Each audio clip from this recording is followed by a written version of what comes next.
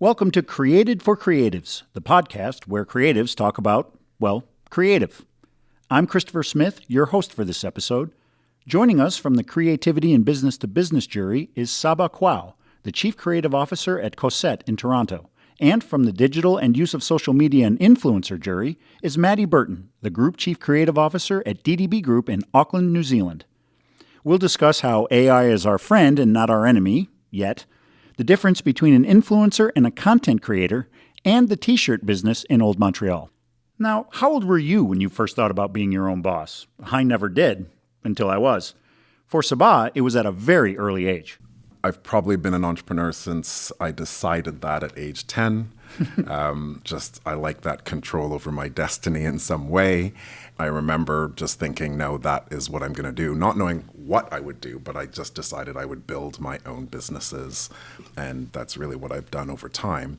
What was your first business? Was it the typical lemonade stand, or I have a feeling you did something more creative? My very first business was a t-shirt company. I started off hand painting them, and I would sell them in Old Montreal at the Montreal Jazz Festival. You know, you get beyond this, what can I do with my hands? And then, wait a minute, if I buy 12 shirts and I pre-do something on them. So I started to think about the efficiency of it. And what really sold me on this approach was I would sometimes create a whole bunch of shirts. I'd go in Old Montreal, I'd be finished by 1 o'clock, and I realized that all my friends with their summer jobs were still working, but I was done at 1. And I said, this is the best. Why would I ever not do that? And so it really baked in this idea of control over my time. Wow. Well, at least we all got into advertising, which doesn't work long hours at all. Total freedom of our own schedule. Even this context of being a chief creative officer at Cosette, I am a very entrepreneurial chief creative officer in terms of thinking through how to build new things in the context of the industry. Wow, that's great. I'm actually the opposite. I never thought I would start an agency or, be an entrepreneur. And then some things happened, and that's what ended up happening. And here we are, sitting at the same table. It's crazy how different paths we take. How about you, Matty? I've been working roughly 25 years in the industry as a creative person, maybe 30 if you count before that. I started when I was 13, still in school, when I had found my way into an advertising agency that was opposite my school by chance, because I was studying art, and they said, there's commercial art and that happens in advertising. I was like, this is interesting. So I'd do anything. I'd clean the kitchens, post letters. I learned how to use a bromide machine, and then I moved into finish art with a scalpel, and then computers came in. I was young enough that I knew how to code, basically, and so I'd always tinker, and then I'd help the old guys understand, you don't do it with your hand anymore, you use Quark Express, and I can show you how to do that. I just bloody loved it, yeah. Well, it seemed to work out for you. Yeah. Wow, you guys got early starts on this. You knew you wanted to do this when you were a kid. I was halfway through college and said, advertising looks fun. So good for you guys. So, Matty, you come to us with a big victory. You took Best in Show at the Royal Sydney Show. How that came about?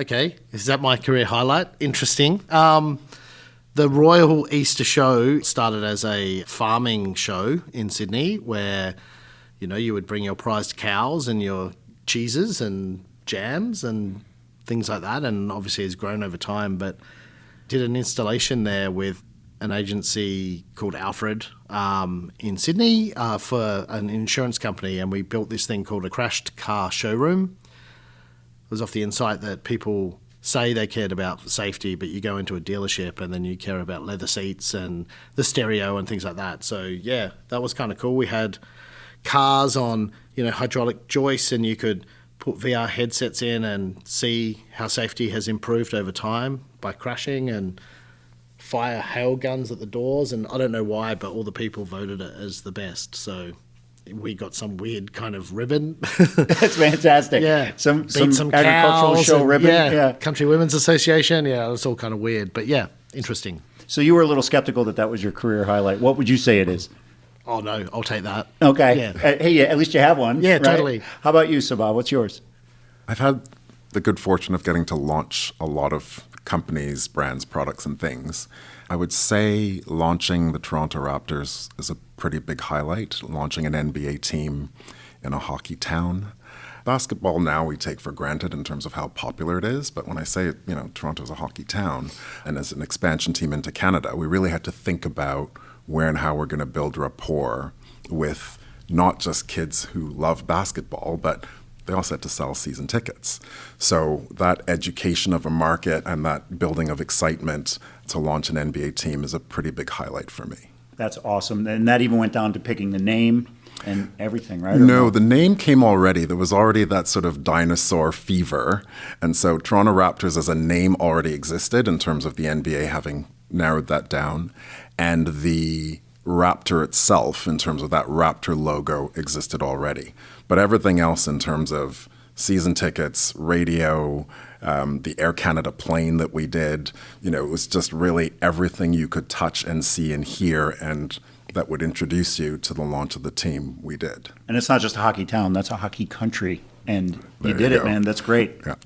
Sabaa, we're going to talk about the creativity and business-to-business jury that you're on. So you're judging a new category at the LEAs, creativity and business-to-business. Essentially, you're looking at ads about products and services purchased by businesses. We all know what B2B is. But specifically, the level of creativity in those ads. So how do you approach judging a new award? It's a brand new category here for the show. Is there more to consider? A couple of things to consider. One, this inaugural jury means we get to set the bar in terms of what are people going to think about as a good B2B marketing advertising piece of work. The other thing to consider is we think about the stakes, the scale of B2B. Depending on your measure, it's 2 to 5 times larger than the B2C market. So this is massive impact. So really, if we make some good decisions and really talk about it, I hope to attract a lot more entries in subsequent years. In the work, it's tricky because you see things that slide from consumer into the B2B side. So is that truly a B2B piece? Where and how is another business making a decision? But of course, we're dealing with integrated campaigns. So sometimes it's a little bit blurry when you see which part is B2B and which part's B2C. But I'm looking forward to more of the final deliberations this afternoon, because this is where we're going to get into that refinement of what exactly makes the cut. Because you're not advertising to the business entity. You're still advertising to people Right. who are consumers when they aren't at their Right. business. So, yeah, I can see why that would be. You're going to have to write the Constitution there for how we do this moving forward. That's exciting. You're both clearly entrepreneurs. We see that the business landscape is in constant change. There's advancing technology, different ways of working. How are you seeing this reflected in the work you're judging? So I can think of some projects that feel like startups. Someone has come up with an innovation and it's a net new category in the B2B landscape.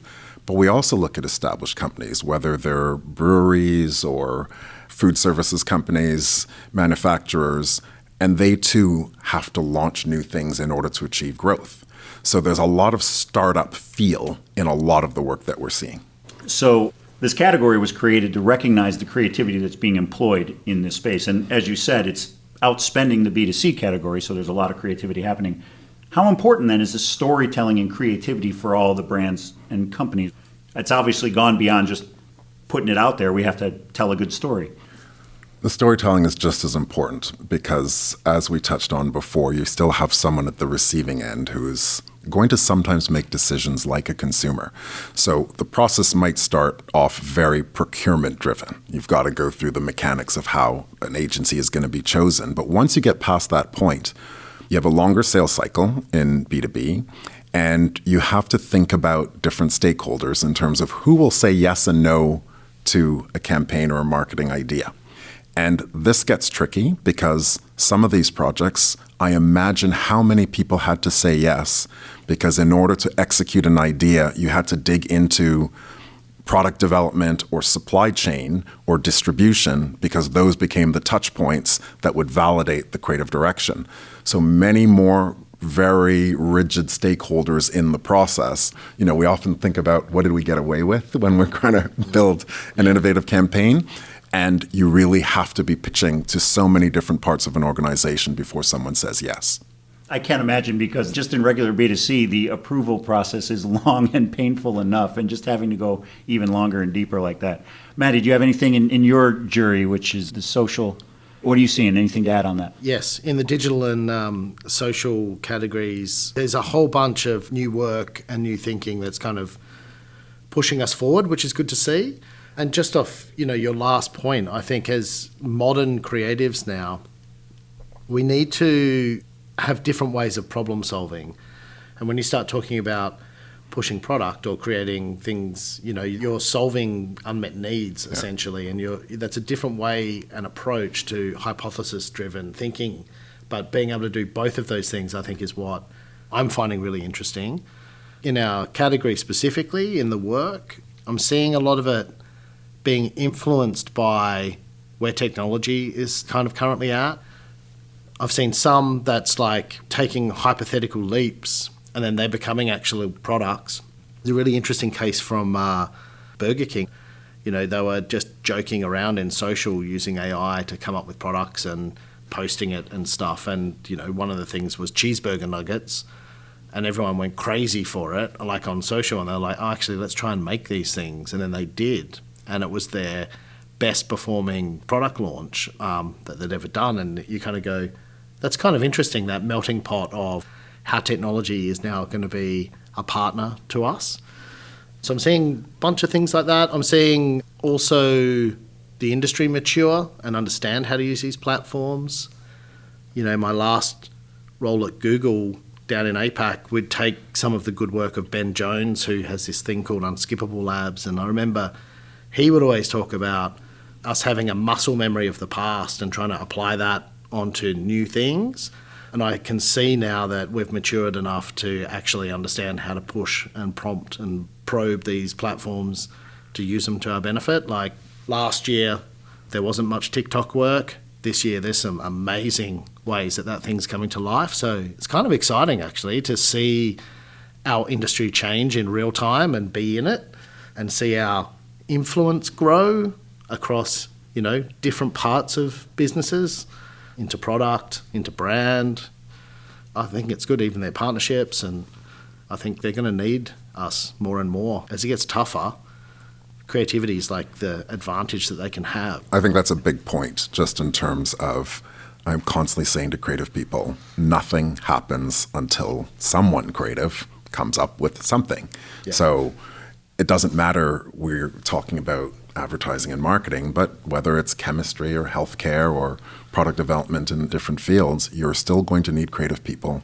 And I love saying to investment bankers, just remember, you have nothing to invest in until we come up with something. 100%. So creative people, I think, have to take themselves much more seriously, because when we talk about the complexity of the world and who's equipped and nimble and agile and thinking through complex situations, we take it for granted, and we shouldn't. That is the very skill that is needed to solve a lot of the complex things that society or politics or government is dealing with. Yeah, here. And it's funny, I'm on the radio and audio jury. We're almost sort of the opposite.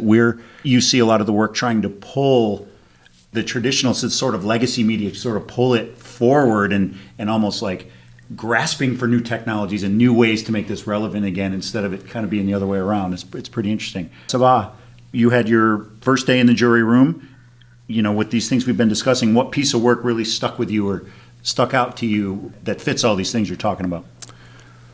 There's a Japanese textile startup called Izame. That blew my mind in terms of creating wearable clothes that is made in a way that it's actually therapeutic. So the fashion industry is particularly toxic. They've made their dyes from plants and using some kind of ultrasound technique to the point where the wastewater itself is also therapeutic. So what we saw as a campaign was Izame wastewater used as a sort of a direct marketing piece sent to different influencers in the industry, different manufacturers and companies. And when you think it is therapeutic at the beginning and the wastewater itself is also therapeutic, that's quite revolutionary, but it's also was beautifully done.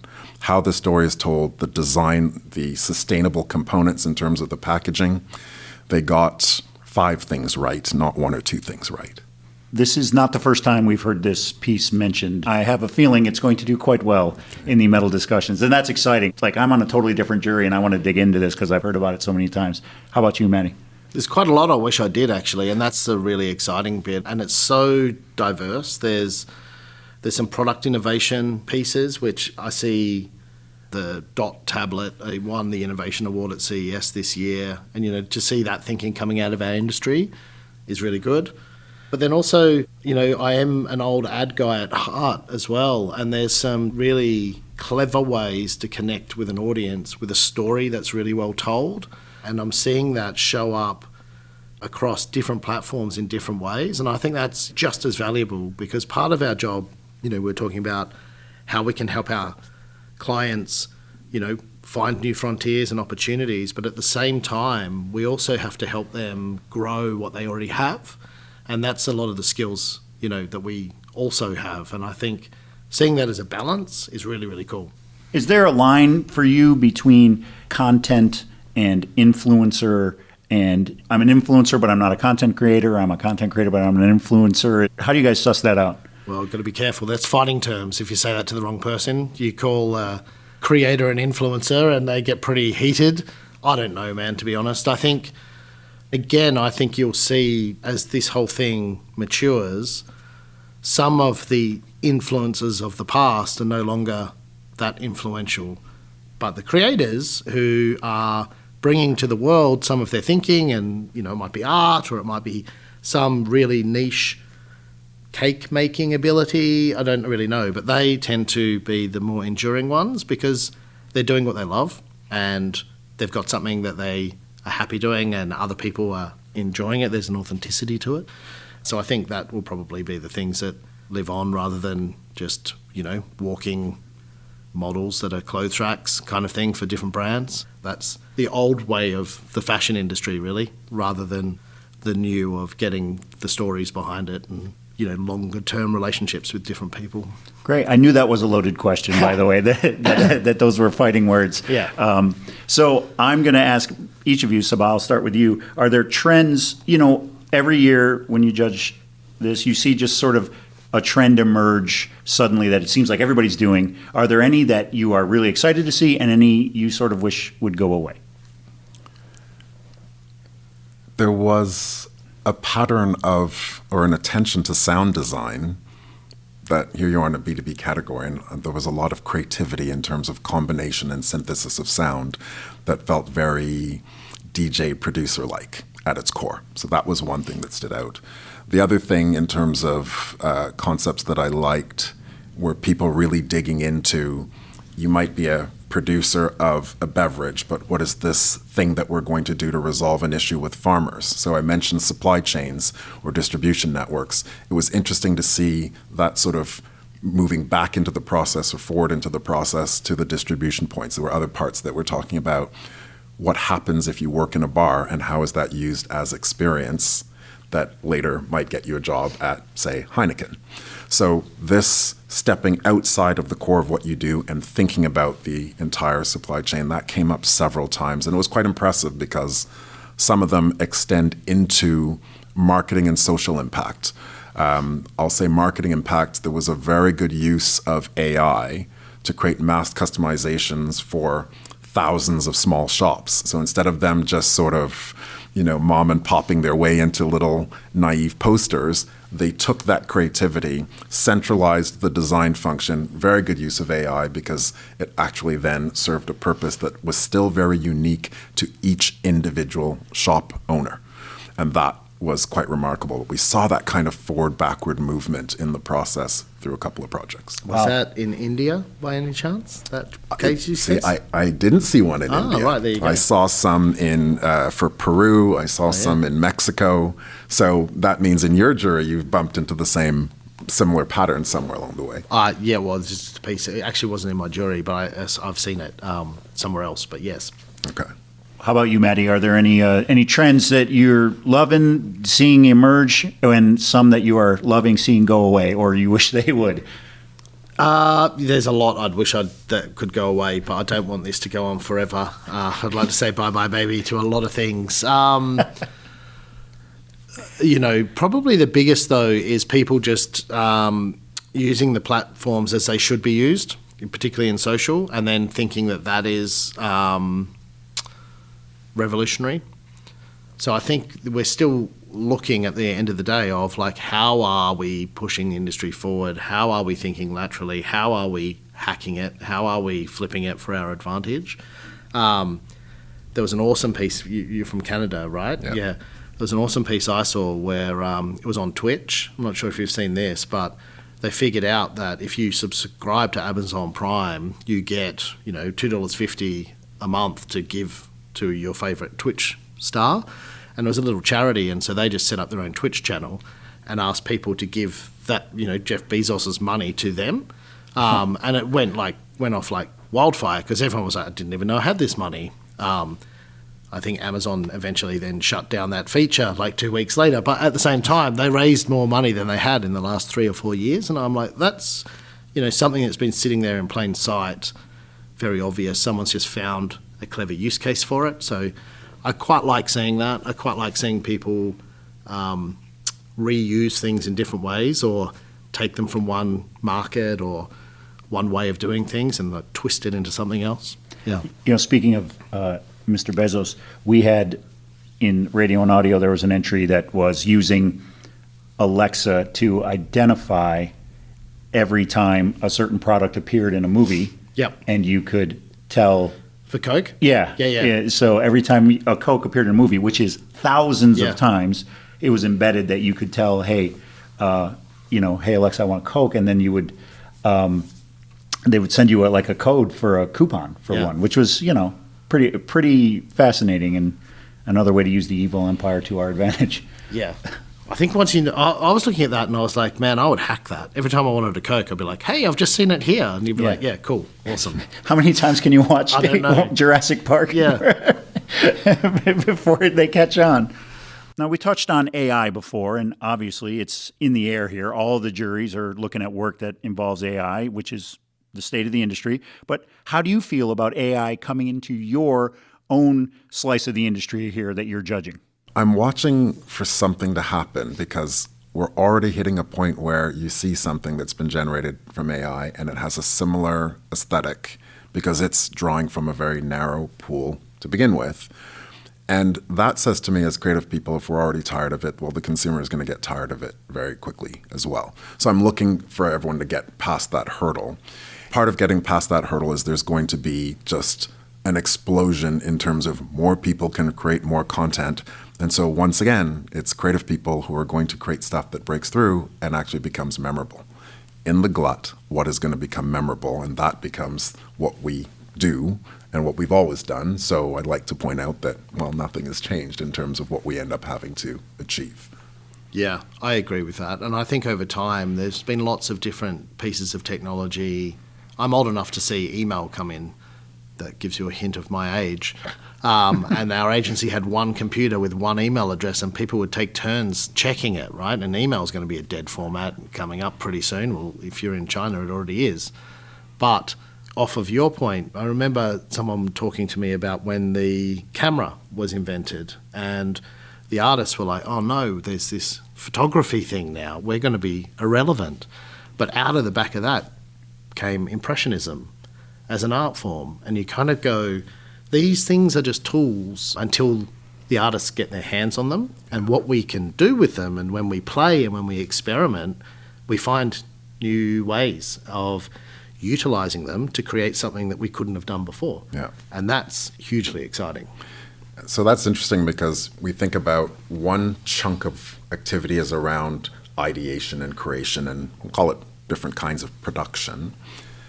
The big jump then comes into this other realm of all this stuff gets produced, but then someone has to make decisions. Yep. So we're very focused on decision making, saying what exactly do we do that actually creates value by making the right decision. And we take this for granted. You can put 10 logos in front of me and I'm going to pick one. And why is that one better? Well, I'll have subjective reasons and I'll have objective reasons, but I'll be able to pick one. This skill in decision making is really actually what creates value from AI. You get into this realm of predictive modeling, you have a bunch of things in front of you, but someone has to make a decision. And I want to see creative people lean in on that in so many ways. 100%. Yeah. And if you look, our industry is about to get flipped up, smacked, and spat out, right? And it happened to the music industry 20 years ago. And it was because they were selling the wrong thing. They were selling physical product, and that's not what they owned. It took them 20 years to get back into making money that they made 20 years ago. And in that time, the industry halved. But now they know what they own. What we own, our IP, you're 100% right, is our decision making. It's every day what we say yes to and what we say no to. And if we can categorize that data and we can use that to train things, like that becomes very interesting. It gives us speed, because at the moment we sell time. And time's going to disappear because it's going to be easier to make things. We're going to get little shortcuts to move us forward, but still what we own is not what we sell right now. So it's going to be cool. Very cool. Gentlemen, that was deep and that was heavy, and I loved it. So, guys, thank you so much. This was a great conversation, Very well. and I wish you luck in your statute deliberations. Awesome. Thank you. Thank you. Thank you for being here, guys. Cheers. Sabaa Quao is the Chief Creative Officer at Cosette in Toronto, and Matty Burton is the Group Chief Creative Officer at DDB Group in Auckland, New Zealand. They're both judges in the 2023 London International Awards in Las Vegas. I'm Christopher Smith, co-founder and CCO at Plot Twist Creativity and one of the hosts on Season 2 of Created for Creatives. The producer is Sarah Knights. The theme music is by Brian Yessian of Yessian Music. The manager is Larissa Levy from the London International Awards. This podcast is an Eardrum production.